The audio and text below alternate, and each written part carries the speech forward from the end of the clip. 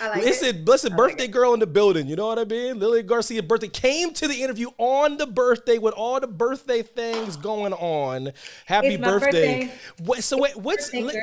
So, can you tell yeah. can you explain to the people at home why do we get so hype about our birthday? What is it about? Tell me what Well, is it propaganda? Is it just why are we no, excited about getting older? What is no. our thing? Because I'm We hyped for you. I'm yes, excited for you. So yes. why are you so excited today? Because I made it, Evan. Like it's Yes. not guaranteed. Exactly right. People look, some people celebrate it big time, and then Yep. some people don't even talk about it. Some people are like, you better not bring up my birthday. You better hide. Like, and I feel bad for that, right? Because I'm trying to really talk to people to say, for don't be so scared to age, and don't Mhm. be trying to hide your age, and don't be ashamed of aging. It is a gift because we're not guaranteed our next birthday. So yes, I am going to celebrate. It's my birthday. I That's don't even have anything to celebrate with, but it's a listen. cute little cup. It is amazing, and seriously, and I love that kind of thought process because looking at the glass half full as opposed to half empty. Because there's people in Yes, this world that are not fortunate enough to wake up each day. So when you wake up that day and right. it's your birthday, I like the sentiment to get hype, even with an empty glass. You know what I mean? Yeah. Well, okay, so like I said, thank you very much for taking the time, especially on your birthday. In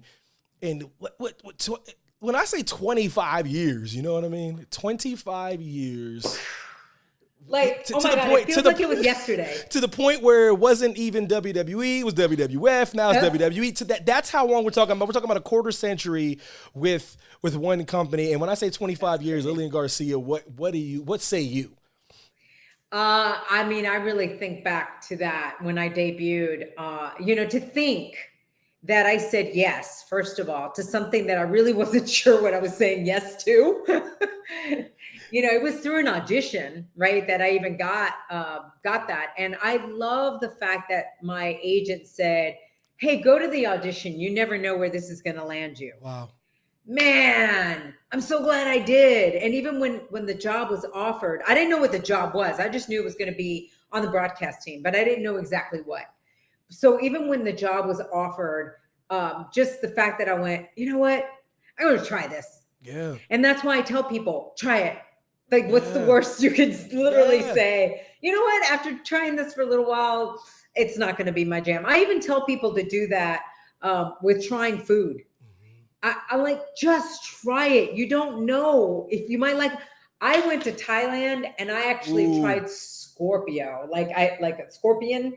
It was fried. You tried It, scorpion? I did, and I liked it. It actually tasted like chicken.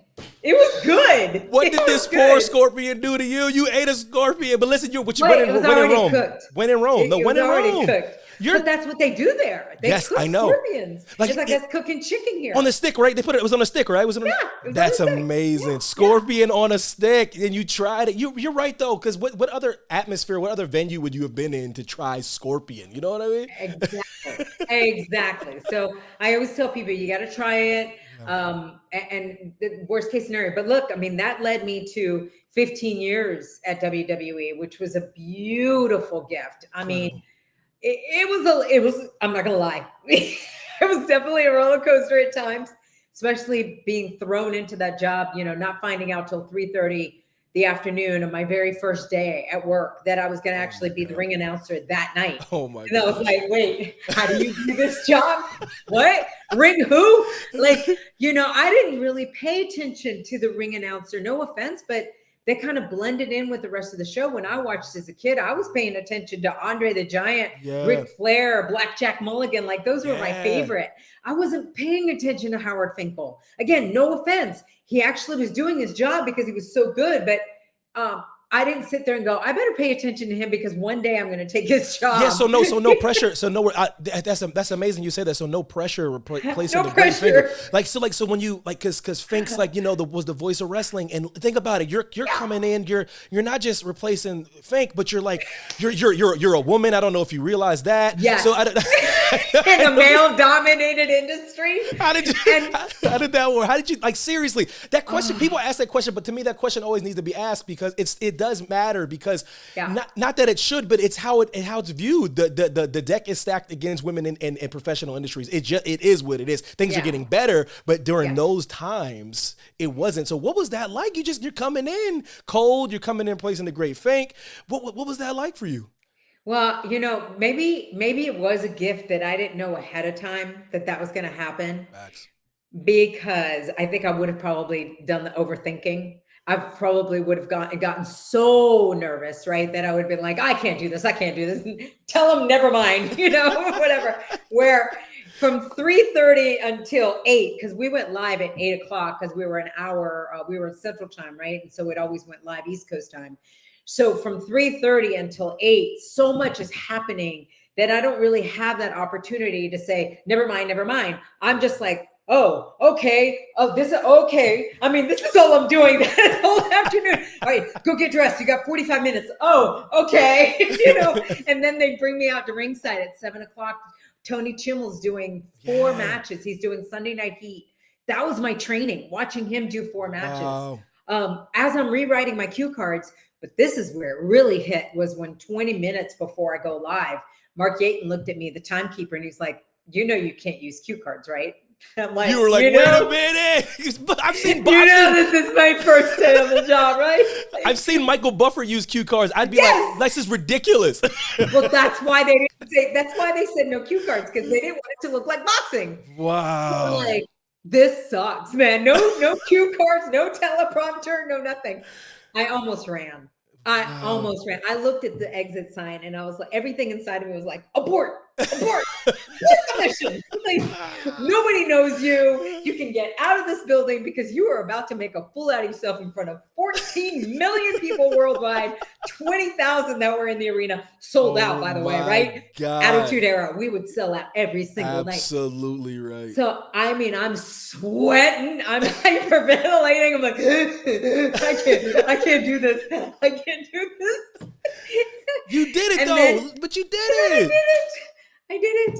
And I swear, I feel like in a way, I did it so that I could come back and tell you and tell everybody watching, you can do it. Like, you can do more than you think you're capable of doing. It was amazing. I love that you said that. When I was watching a clip that you did when you were talking about facing your fears and meeting your fears head on, and just can you kind of unpack that a little bit for anybody that hasn't seen it, and because it kind of goes inside of what you were saying, because that was at the moment where you were already anxious and nervous, and then you got something taken away, your cue cards, where that could have made you kind of calm, and then you had to get even more anxious and nervous, and you were trying to make an impression.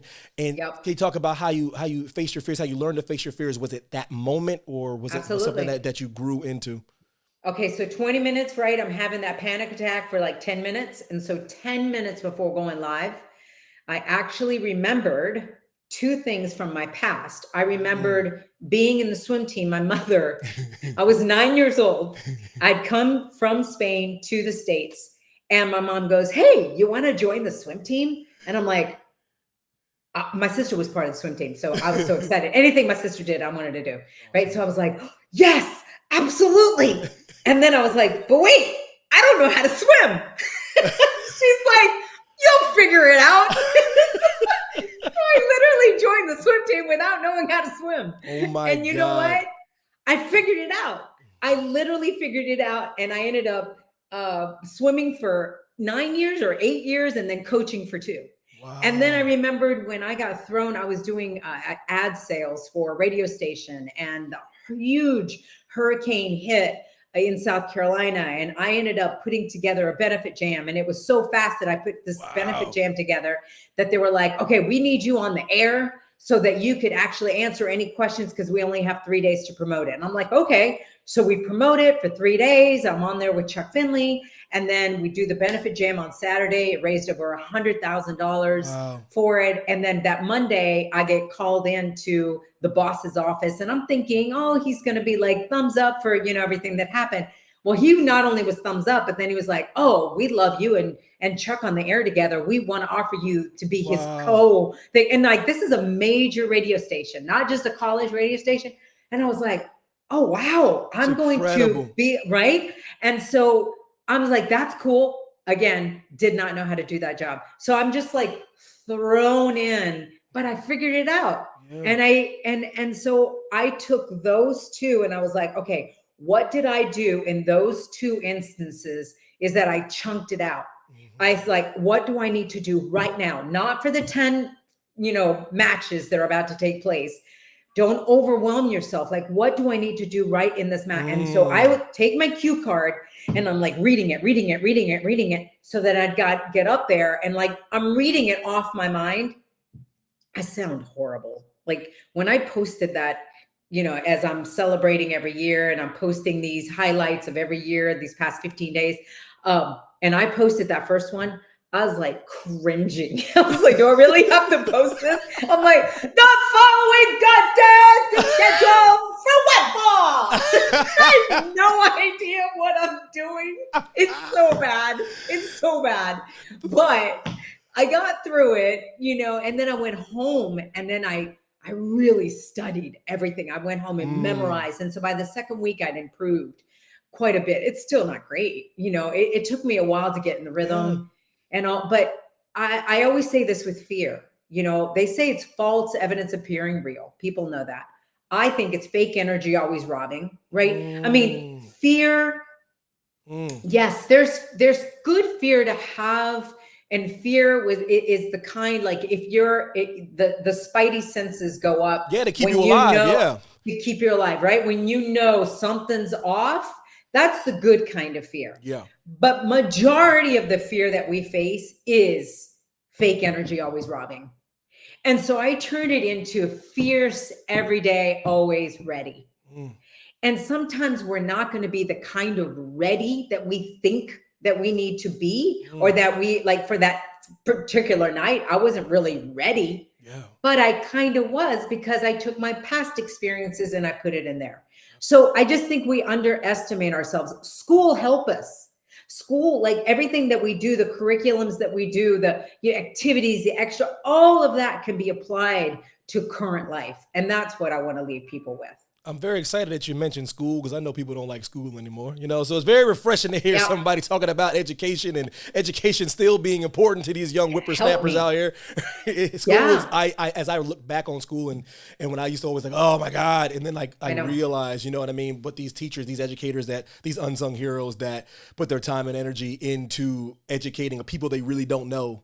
You know what I mean? It just gave me a lot of appreciation when I started applying it to real life. It's actually amazing. Well, I'm glad you said that because here's an example.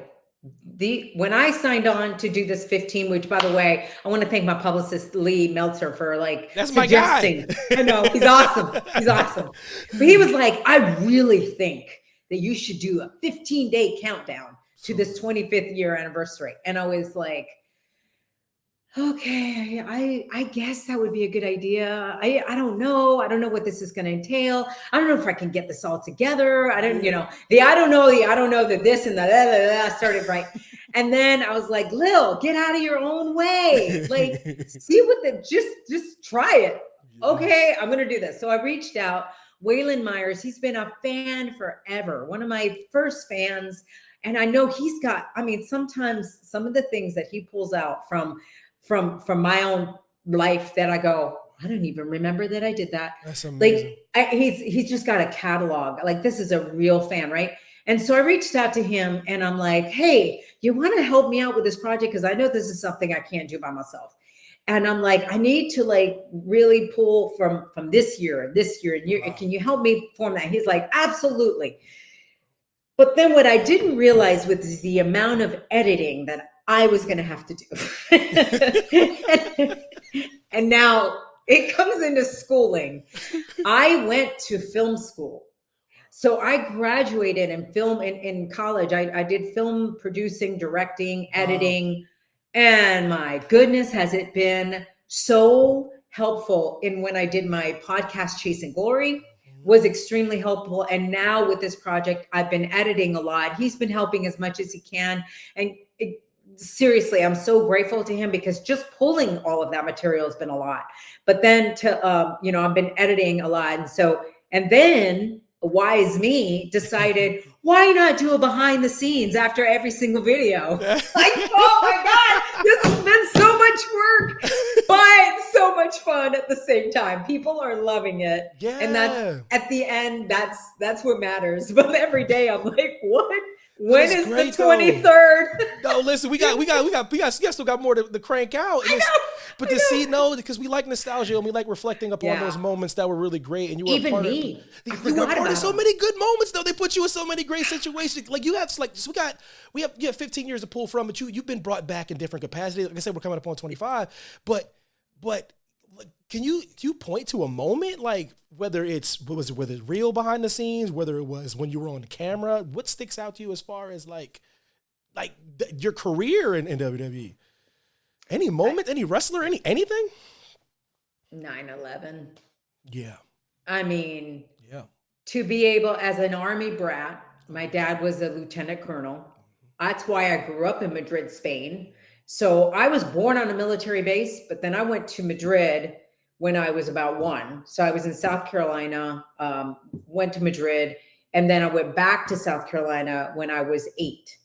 But for me, because I was there like from when I was 1 till I was 8, like that's what I knew, right? Like Spain was that way of life, even though I was an American, I didn't know. And so I was so excited when I got to the US when I was 8 years old, so excited to then be able to fast forward, represent our country is the way that I looked at it, representing our country to help unite in a time when there was so much pain, so much agony, so much like disbelief of what had happened to our country. I was living in New York City at the time, so it was even more intense for me. But yeah, to have been asked to sing our national anthem and open up the show that way, and then fast forward to go to Iraq with all the soldiers around. And so, yes, talking about all of this footage that's coming out. I mean, there are so many moments that I myself have forgotten about that it's been so special for me to watch and see. I'll never forget, for example, I just posted the one that I did. It was the 2006. We went to Iraq. I'm surrounded by all the soldiers, and Saddam Hussein's palace, one of his many palaces, is in the background. But I'll never forget one of the soldiers coming to me after I sang. He has tears in his eyes, and he was just like, "Thank you for singing that. We tend to forget sometimes while we're here, and you remind us with the national anthem." And he goes, "I want you to have these dog tags, and I want you to hold on to these dog tags because I'm going to find you one day, and I'm going to tell you that I made it." And by God, if he didn't find me, we were I think it was Seattle. I was doing an autograph signing. He found me at the autograph signing. He's like, "I made it." He goes, "You kept me going." And I just knew that that's the thing that, kept me going. And I'm like, whoa. I mean, to me, that's what makes what we do so special. And that's why I love now getting to speak to corporations and getting to speak to schools and getting to share my wisdom of what I've learned and share that in such an impactful way and try to be inspiring to others as I've been inspired to, is such a passion of mine, because people don't think that what they do matter sometimes, and it does matter. Yeah, nothing to me. When that song is done right, and I've been very fortunate enough to hear you do that song. So when it's done right, I never feel more like an American when I hear that song done properly. So I appreciate you singing that over the years, because you always made us feel some type of way when we would watch you sing it. We would all get emotional and all American, you know what I mean? So being fortunate enough to be, my father's in the Air Force, my mother was in the Army. Awesome. My granddad was in the Korean War. Very fortunate to be a part of just to a different level as yours. My parents were stationed in Germany and things like that. Different time, like around Desert Storm time. So they had my mother stationed out there. So just to to be a part of that, and I don't think any American forgets where they were. I was in history class when 9/11 happened. Oh wow! Isn't that wild? Wow. I was in history class, and a teacher ran in and said that. And I'll never forget it. I never forget what she was saying. I didn't even know. I said, "What do you mean? What are you talking about?" And then Mr. Finesse, my history teacher, was like, "Wait, what?" And then he stopped class. And then he just literally changed his whole entire like whatever lesson plan he had. he like modified it and started talking about stuff over in the Middle East and started talking about things that he knew. And it was one of those moments, you know what I mean? So that's for that to stick with you as much as it has, you know, with your career, it's actually really awesome. You know what's crazy too is I think about, okay, I joined in 99. Right. Rock and I started doing a lot of the behind the scenes Yeah. interviews and stuff. And it was because we spent time behind the scenes, you know, doing, or when I say behind the scenes, backstage, doing backstage interviews for SmackDown, that he and I got to know each other a little bit more. And while they were setting up or something, we would talk and get to know each other. And he asked me, he's like, or he found out that I sang. And then he's like asking me a little bit more about it. And then I was getting ready to do a live event in February. That was February of 2000. I was getting ready to do a live event because Howard Finkel at the time, I took over as the announcer for Raw, but he still did all the live events over the weekend. And so I was filling in for him. I think he was on vacation or something. So Rock was the one that said, hey, you know, we always play the national anthem and instrumental before all the live events. He goes, why don't you tell the producers that you could sing it? Wow. He goes, you've done the national anthem, right? And I said, yeah, I did it for my graduation Wow. where I went to school in high school. And so I went to the producers and I said, hey, you know, Rock suggested that maybe I let you guys know that I sing. And if you guys want me to do this weekend and, you know, check it out. And so they had me do it at the rehearsal on the very first live event that afternoon. And they loved it. And they're like, oh yes, let's have you do it tonight. Well, that went over. So then the next 2 nights I did it. So I did 3 nights in a row. And they told Vince all about it. So by the time I got there on Monday, he was like, I got to have you do it tonight, right before we go live in San Jose. I believe it was in San Jose. And so I did it live that night and he loved it. He's like, I'm going to have you do it at every single event right before we go live. So I do it at every single event. That leads to me doing it on WrestleMania that year. So that was April of that year. To then I'm doing it at every single event. And then 9/11 comes. So I feel like, look at that. Like, it was going to be a necessity to have someone be able to do it in 9/11. They weren't even going to be able to fly anyone else to be able to do it. Exactly. Think about it, right? I was already there. I had already been doing it. It's like God was preparing me for that moment. And to know that I was the first person to sing it live in a public forum where everyone else canceled, that to me is so special. So when you talk about that, and to have all the superstars lined up, you know, along like they did, and the unity that everyone felt. I just want all Americans to remember that when we are united, we are so much more powerful. And right now we are giving other countries a gift, especially the countries that don't want to see us united. We're giving them a gift by fighting within each other. So true. It's ridiculous. And what makes America so beautiful is our diversity, is our differences of opinions and differences. And we can have differences of opinion. Just like I can like pizza and you can like a hamburger. Exactly. Big deal. Great. You know? You're right. You used to be able to like disagree, but still come together and have opposing views, but still at the end of the day, we're a part of the same thing. We've become very divisive. Like, it's so weird. Like, healthy debates are like mocked and scorned. It's like, it's so strange. People that are friends aren't friends anymore. You know, it's really wild. You're right. It's things are just so different now not for the best reasons. Yeah. So, I mean, it is what it is. All I can do is share my message, and you can share your message, and hopefully we can impact, you know, other people not to be so small-minded. Well said. Listen, this interview I like the way this interview went. You know what I mean? We started talking about some good stuff. Squirrel. No, but you know what? It's good to have different kind of interviews. No, I agree. No, and listen, and I love the way it went where it went. Seriously, because it's a part of your life, and you were part of one of the most iconic moments in WWE history, and wrestling history, and professional history, and entertainment history. So I think it's important to reflect upon that, no matter how tragic it is. And when I think about the different things, and as far as what you've been through and what you've seen, you've been a part of a company that has had a lot of changes. What do you feel is what's your biggest what have you seen the most as far as the changes in how women are treated or perceived or presented from the time that you started until now? What is your thoughts on that? Well, I mean, it's for me, it's the most obvious, right? Just the athleticism, Ah, the ability to be able to show the athleticism yeah. of the women has been incredible. I mean, there's some of their matches are even more intense. You know what I mean? Like there's a lot, Yes. well, I wouldn't say more intense, but just as intense, right? As some of the guys.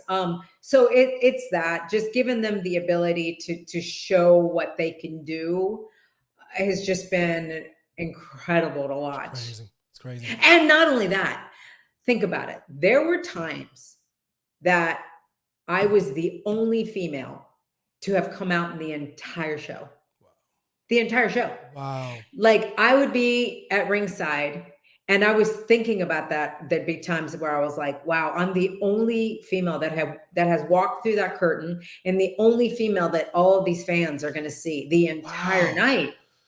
That And I that is said, that that's is profound. so wrong. I kept thinking that is so wrong. And so it's so beautiful now that there's so many women involved in the show. And It that really is. every show, you're going to see the females. You just Yeah. know. It's It's just part of the show. It's yeah. not if, and hopefully it is. No, it's seriously, I couldn't agree more. Like I'm telling you, like what people don't like to talk about, or should I say the fans don't like to talk about, is when the joke when women would start to come on to wrestle, they would call like it the beer break. That was a thing Yeah. that dudes would say. Like we could pretend like they didn't say it before, but that's what they would say to me. So I mean this in the best way. When I see those same guys or that same generation that are firmly seated, when they see these ladies come out and they represent, and when they see these matches, and when I'm leaving the building like a normal fan and I'm listening, when I was listening when I was at WrestleMania and I was hearing like they were talking about Rhea and Charlotte, that's what I was hearing when people were coming out. That to me, because I grew up listening to that transition.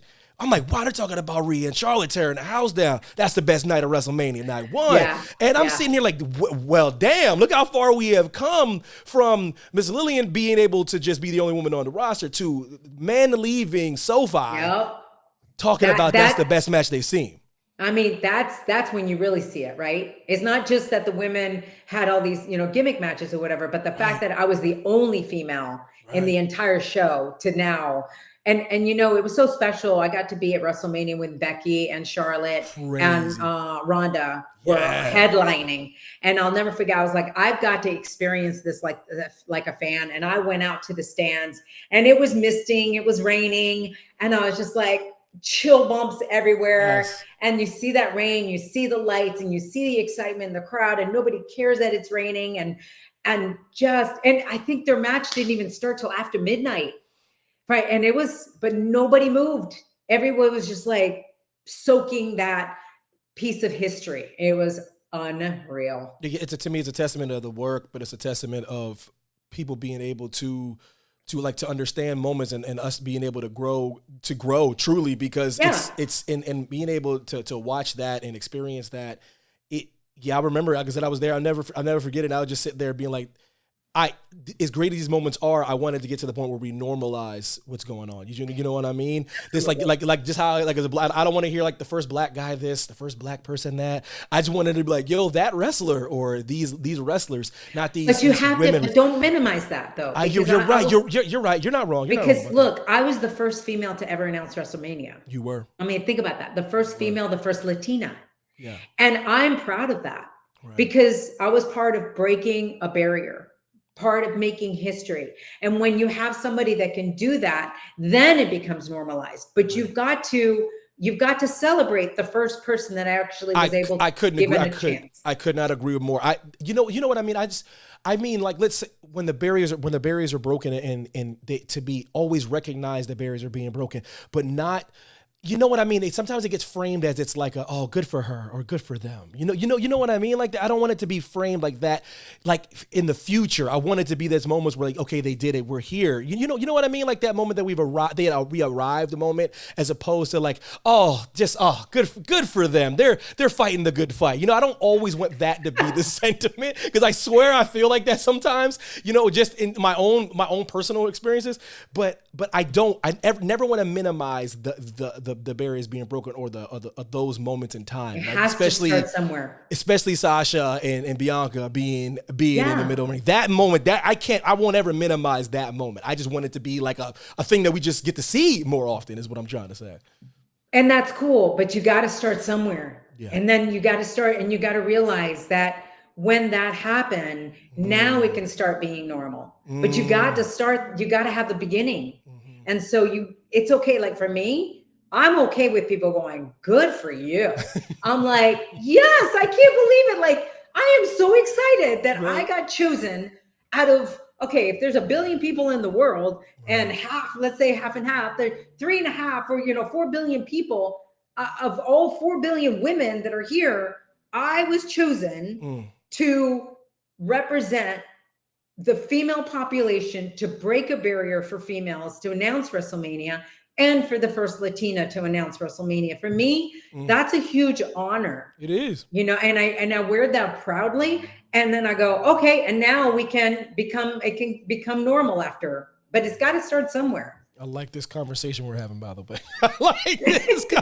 You changing my perspective a little bit. Listen, you changing my perspective. Good. Damn it, we got to start somewhere. Nothing's bad. Right. It's the labels that we choose, but don't put a label on anything being bad. Whatever. When it happens, awesome, awesome, great. Now we can move forward. Let's go. But everything starts somewhere. That's a good way of thinking about it. It really is. But I'm taking your time. I apologize. We having a good talk. Are you kidding me? Am I complaining? Listen, okay. I'm having a ball. If you could go back and re-announce any match in WWE history, like bringing in, who would you bring out? I'm gonna do like before and then I'm gonna do after. Who would you bring out if you could bring out 2 people?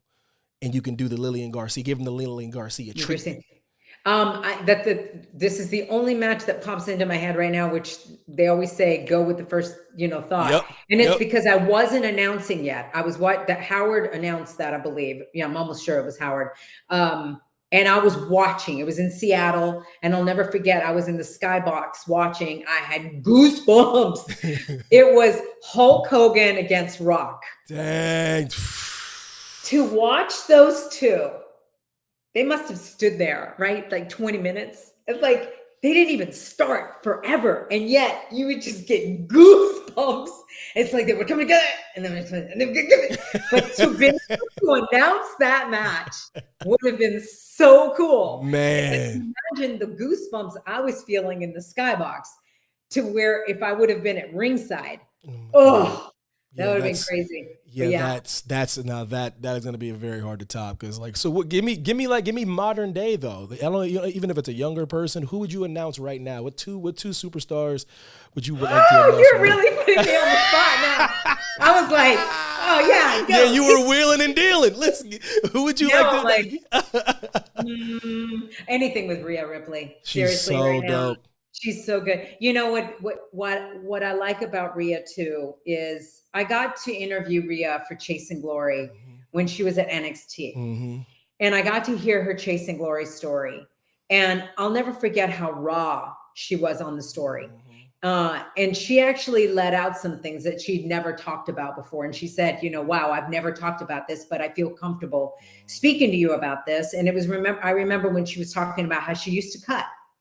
And I love that she shared that, because I talk about how I used to be bulimic and why I used to be bulimic and what took me to being bulimic and how I got through it. And so it was the same thing with her when she shared about cutting. It was like, I need to ask you something, because I've never understood why somebody could, because I could never do that to myself. Right. Yeah. So I could never understand that. But she shared how in a part of her life, it was so dark. It was so dark for her that she would have to cut in order to know to say, is she still alive? Like she needed to see the blood to know, am I still living? Whoa. I was like, that's crazy intense. And I'm so glad she shared that, because now I understand other people that go through that, right? And it's when we can understand what each of us do, why we do it, that we have empathy, that we learn, that we have compassion. And so hearing her come from that to where she's at now made me a bigger fan.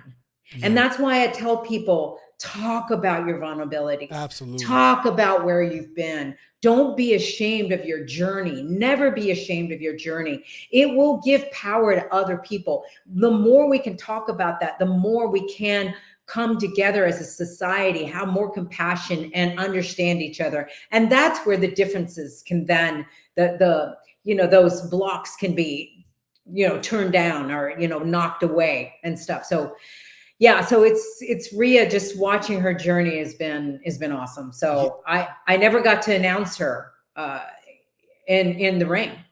I don't think I ever got to announce her. Maybe was she in Evolution? I don't even know if she was in Evolution at the time. She might have been. She might have been. I'm trying to, but I never got to announce her like as a one-on-one. Yeah. And just you speaking about Rhea and her speaking about something that's dark for a lot of people, but there's so many young people that go through that, and seeing many. If you're able to see a Rhea Ripley talk about that, you can understand that. Yeah. And get through it. That's what I mean. That's why it's so important when you see where Rhea experienced it, she lived it, she got through it, she's speaking about it, that can reach a person that's going through that and is in that same dark place. And to me, that's why it is important. I know it's difficult. I know there's some people that are going to try to use it to hurt you, but I mean the power that she can have with helping so many lost people is to me, that is very important. So it's amazing that she was able to do that. And she's one of the nicest people I've ever met in my entire life. She's awesome. She's unbelievable. And she's so genuine, right? And so giddy and so excited and such a fan and whatever. And so when I had her on again, she's like, oh, I can't wait to talk to you. And I thought at first, I was like, did I open you up too much? And she was like, no, I'm so glad you took me there. I didn't realize the power of my story. Wow. And that's why I want people to understand you've got power in your story. You've got power in the tough things that you're going through. Like, I speak about, losing my parents and losing my marriage. By the end of 2021, I was a shell of myself.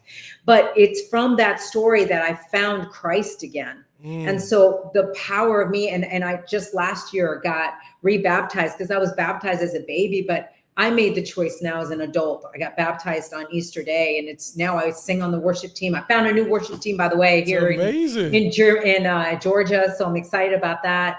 And I'll be starting with them soon. And, it's what my struggles, what I learned in my marriage, that I, and how I'm dealing being single. I've been single now for 2.5 years. It's the first time since I was in high school that I've been single. Right. So it's, well, there was a little bit of a gap after one of my, I've been through some stuff. Lilian back on the market. You got, that's the only thing you're going to clip from this damn interview, man. I've been on for 2.5 years. We talked about some good stuff, and they gonna be like, oh, really? Oh, come on. I've been on the market for 2.5 years, but let me tell you, I'm glad this time getting to know myself. Yeah. I encourage people who are single, get to know yourself, get to really work on your past traumas. That way you're going to make better choices in your mate, because a lot of times we choose a mate sometimes to fill in the gaps for all the trauma and the love that we haven't gotten. And that's the worst way to choose a partner. Worst. That is. I mean, this is amazing. I'm trying. This is good stuff. Are you taking notes? No, this is good stuff. Listen, we record this. I had to make sure we were still recording, because if I missed this stuff up, good Lord. Oh, like before I get you out of here, give me when. Damn. Let me just do something real silly. Give me what's the best theme song you've ever been a part of? What's the best theme song in wrestling? What's the best theme song in wrestling? The one I sang for Tori Wilson. That's amazing. That's the best. I mean, that's an easy answer. Look, listen, the best. You're gonna get heat for that. You're gonna get heat. Well, okay, I got a second one. Oh yeah, give me heat. I don't care. Give me heat. I'll bring it. You think I care now? I'm like, Oh I'm my over God. that. Oh, that's The amazing. second best one, the one I sang for myself. That's It's my own entrance theme I song. don't care. I I love have that. two of them. You have two. That's two more than most people have. I think I had two. So they used the one that was on the WWE original CD. Yeah. You Just Don't Know Me. They used that one, and then they used the one that I did, Your Girl to the End of the World, that I did on, that was on my EP. And so I'd walk out to those two. And I think at one time, actually, I walked out to my first single, which was Shout. So maybe I had three. And then I did Tori Wilson. So there, I've done 4 entrance theme songs. How am I not going to put myself over? You got to put yourself over. That's it. Listen, darn it. I put everybody else over in this interview. It's time to put yourself over in the back part of this. And that's what I'm talking about, man. Put yourself over. That should be your next book or anything. Put yourself over. Nope, over. Any music coming out? Anything new? Anything new? Yes. Pipeline? I have been working on new music. Oh, I really? definitely have. I'm so excited. I think it's definitely going to be more in the Christian route. Yeah. It's God's leading me that way. I feel but it's also about everything that I've been going through. So it's very personal, but I'm really hoping that it's going to help people out there that need a little encouragement with anything that they're going through in their lives. And so I will tell you, you know what, you'll have to invite me back, please. I would love to come back and tell you all about, promote the single, because I'm excited for it. You're the best. Happy birthday, Ms. Garcia. Thank you for joining me. Thank you. And if anybody wants to have me come speak at their school or whether it's their company or anything like that, reach out to my team, booking at liliangarcia.com. Yes. Lilian is with one L in the middle. So that's booking at liliangarcia.com. And make sure you guys follow me on Instagram at Lilian Garcia. Wait, what are you doing today? What are you doing for your birthday?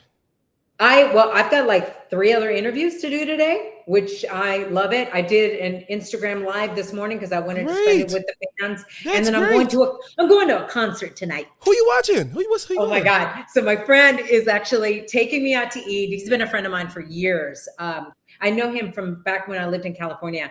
And so he's taking me out to eat and he's taking me out to this concert. I can't believe it. I've never seen them. So I'm like, let's do it. Earth, Wind, and Fire. Yo, that's going to be crazy. Right? I think so too. They are going to listen. My dad saw them a little bit ago, man. He was like, they still got it, man. They still got it. I've never seen them. I've never seen them. He was ranting and raving. I'm like, listen, I'm with you, old man. We're good. You know what? Music is music. To me, I love all different genres of music. Me too. So I was like, let's go. It's right around from where I live. It's going to be great. Like, enjoy the show. Thank you. Thank you so much for taking the time. Thank you. Oh, thank you.